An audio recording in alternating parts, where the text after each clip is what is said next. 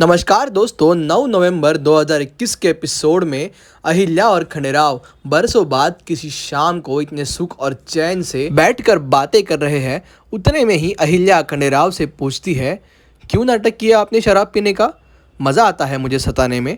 इस पर खंडेराव अहिल्या के नज़दीक जाकर कहता है, ये सब मैंने तुम्हारे चेहरे पर खुशी लाने के लिए किया, क्योंकि जिस बात की हमें आशा नहीं होती और अगर वो बात हमें अचानक से मिल जाए तो उस बात का आनंद कुछ और ही होता है। और इसीलिए मैं शराब पीने का नाटक कर रहा था। और जब तुम मुझ पे बहुत चिढ़ जाती, उसके बाद मैं तुम्हें ये बात कह देता कि मैंने शराब छोड़ दी है, मैं तो नाटक कर रहा हूँ। और उसके बाद तुम्हारे चेहरे पर जो चमक होती वो मुझे देखनी थी। अहिल्या, मैंने अपना वादा निभा लिया है, अब तुम्हें भी इसके बदले मुझे कुछ देना होगा।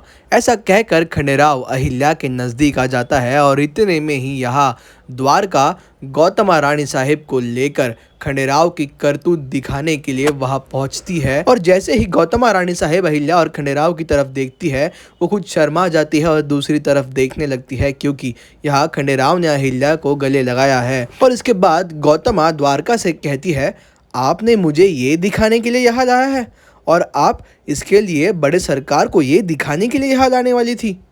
आप ऐसा कैसे कर सकती हो? उम्र ही क्या है उन दोनों की?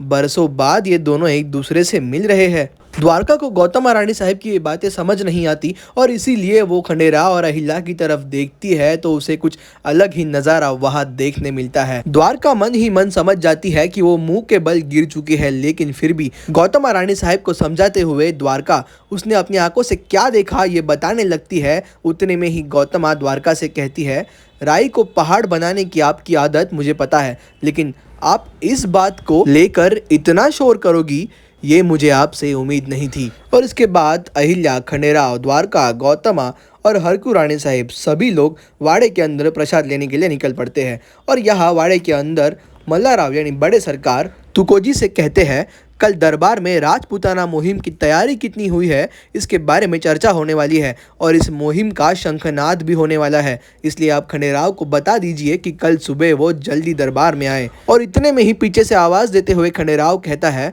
हम कल वक्त में आ जाएंगे दरबार में बाबा साहेब। शायद हमें थोड़ा देरी से समझ में आया है, लेकिन अब हम इतना जानते हैं कि हमारे जीत से बहुत लोगों की आशाएं, विश्वास और गुरूर जुड़ा हुआ है और हम उस विश्वास और गुरूर को तोड़ना नहीं चाहते। इस पर गुणो जी खंडेराव से कहता है, कल सुबह दरबार में जल्दी आना है खंडेराव, क्या तुम्हारी आँख इतनी जल्दी खुल पाएगी?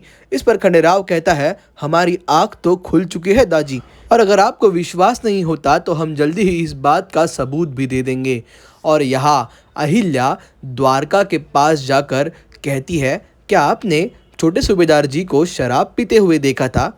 लेकिन वो तो नाटक कर रहे थे बस मुझे सताने के लिए। और मंजली आई साहब, अगर आपने छोटे सूबेदार जी को शराब पीते हुए देखा भी होता तो आप तो उनसे बड़ी है, आपका तो हक बनता है, आप खुद जाकर उनसे सवाल पूछ सकती थी। ऐसे सासूबाई को वहाँ लाकर आप माँ बेटों के बीच में दूरियां और गलतफहमी क्यों बनाना चाहती है? इस पर अहिल्या को जवाब देते हुए द्वारका कहती है, आज जो खंडेराव ने किया वो भले ही नाटक था, लेकिन रोज रात को खंडेराव जो करता है वो नाटक तो नहीं होता। अहिल्या ये भली भांति समझ जाती है कि द्वारका को ये बात पता चल चुकी है कि खंडेराव को शराब की आदत है। द्वारका को जवाब देते हुए अहिल्या कहती है, आप सही कह रही है मंजली आई साहिब, लेकिन मैं पूरा प्रयास कर रही हूँ कि मैं मेरी जिम्मेदारी पूरी तरह से निभाऊं और छोटे सूबेदार जी को इन सब से दूर रख पाऊँ। इस पर द्वारका अहिल्या से कहती है, तुम प्रयास कर रही हो? इतनी बड़ी बात सबसे छुपाकर बहुत बड़ा गुनाह कर रही हो तुम। अगर ये बात बड़े सरकार को समझ गई तो उन्हें खंडेराव को उत्तराधिकारी पद से निकालने के लिए समय नहीं लगेगा। इस पर अहिल्या द्वारका को चुनौती देते हुए कहती है, मेरे पति के और इस मालवा राज्य के हित में जो भी आकर खड़ा रहेगा उसके बीच मैं आकर खड़ी रहूंगी, फिर वो आप ही क्यों ना हो।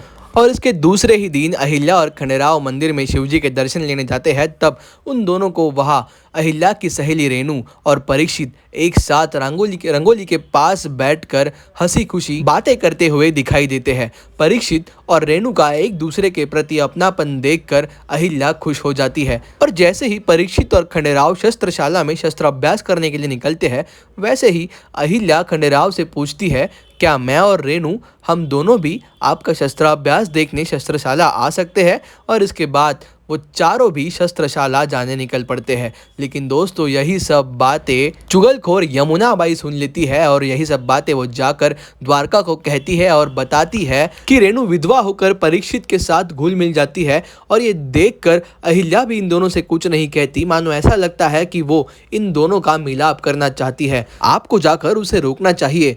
यमुना बाई को रुकाते हुए द्वारका कहती है, नहीं यमुना बाई, अहिल्या जो करने जा रही है वो करके वो बारूद के ढेर पर जाके बैठ रही है। अहिल्या जो कर रही है वो उसे करने दो। तूफान आने तक हमें सन्नाटा रखना होगा और जैसे ही तूफान आएगा फिर हम उस पर बोलेंगे।